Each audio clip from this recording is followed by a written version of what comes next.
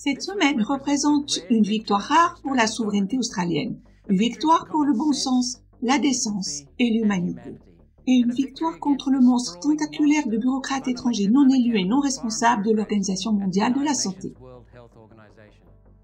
Vous vous souvenez que l'OMS avait proposé de modifier les règlements sanitaires qui guident les États membres en cas d'épidémie comme le Covid, afin qu'ils deviennent obligatoires pour tous, y compris l'Australie. Cela aurait complètement détruit la souveraineté australienne et été une réorganisation fondamentale des pouvoirs de l'OMS.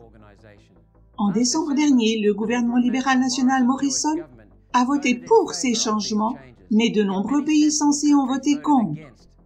Et la proposition a été rejetée. Sans se décourager, l'OMS a essayé cette année. Après des mois de critiques sévères, One Nation et les opposants à ces mesures ont remporté une grande victoire. Le rapport final du Comité d'examen du règlement sanitaire international, publié cette semaine, a abandonné les changements proposés. L'OMS restera un organe consultatif.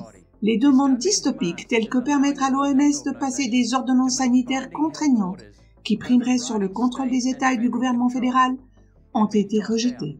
Cela inclut les pouvoirs proposés qui auraient permis à l'OMS de contrôler ceci: système de preuve de vaccination ou statut vaccinal, procédure de quarantaine, déplacement et mobilité des citoyens, vaccination forcée, fermeture, confinement, détention obligatoire et autres atteintes inacceptables aux personnes. Le passeport sanitaire universel ou passeport vaccinal qui devait contrôler la capacité des citoyens à voyager entre les pays de manière permanente a disparu. Il a été décidé que cela poserait des problèmes éthiques et discriminatoires. Le comité n'est plus habilité à élaborer un passeport numérique mondial pour les vaccins. Pour l'instant, il se limitera aux urgences de santé publique réelles plutôt qu'aux risques sanitaires potentiels, ce qui élimine la crainte largement répandue que son champ d'action soit étendu aux fermetures climatiques et autres violations des droits de l'homme. Ce qui aurait été possible car l'OMS avait proposé de supprimer les droits de l'homme de la réglementation. Après une levée du bouclier, le comité recommande désormais vivement le maintien du texte existant avec, je cite, « en respectant pleinement la dignité, les droits de l'homme et les libertés fondamentales comme principe primordial ». C'est un recul important. Le comité de l'OMS qui travaille à ces changements vient de réitérer son engagement en faveur des droits fondamentaux de l'homme, bravant ainsi les amendements proposés.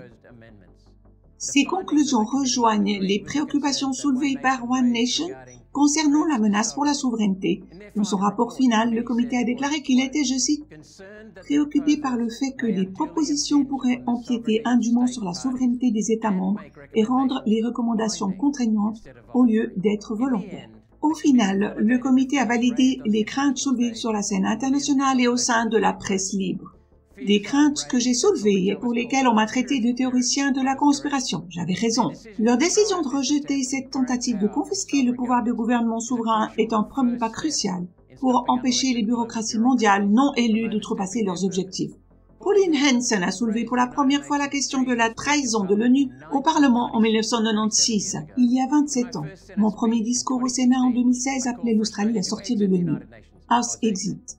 Nous nous sommes prononcés si fermement contre le fait de céder la souveraineté australienne à l'alliance déséquilibrée de l'ONU et du WEF que ce dernier nous a récemment interpellés. Nous les agaçons. Ce n'est pas la fin du combat. Tous les pouvoirs terrifiants proposés, sommairement rejetés cette semaine, sont repris dans le projet de traité de l'OMS sur la pandémie.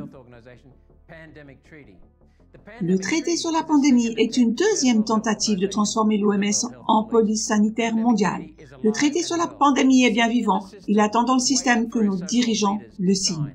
Si le traité sur la pandémie était approuvé, il mettrait en œuvre tous les pouvoirs sanitaires contraignants que les autres membres de l'OMS viennent de rejeter. Quel gâchis! L'OMS est trop grande, trop bureaucratique, trop éloignée des gens qu'elle est censée aider, corrompue, incompétente, malhonnête et par-dessus tout, trop proche de l'industrie pharmaceutique.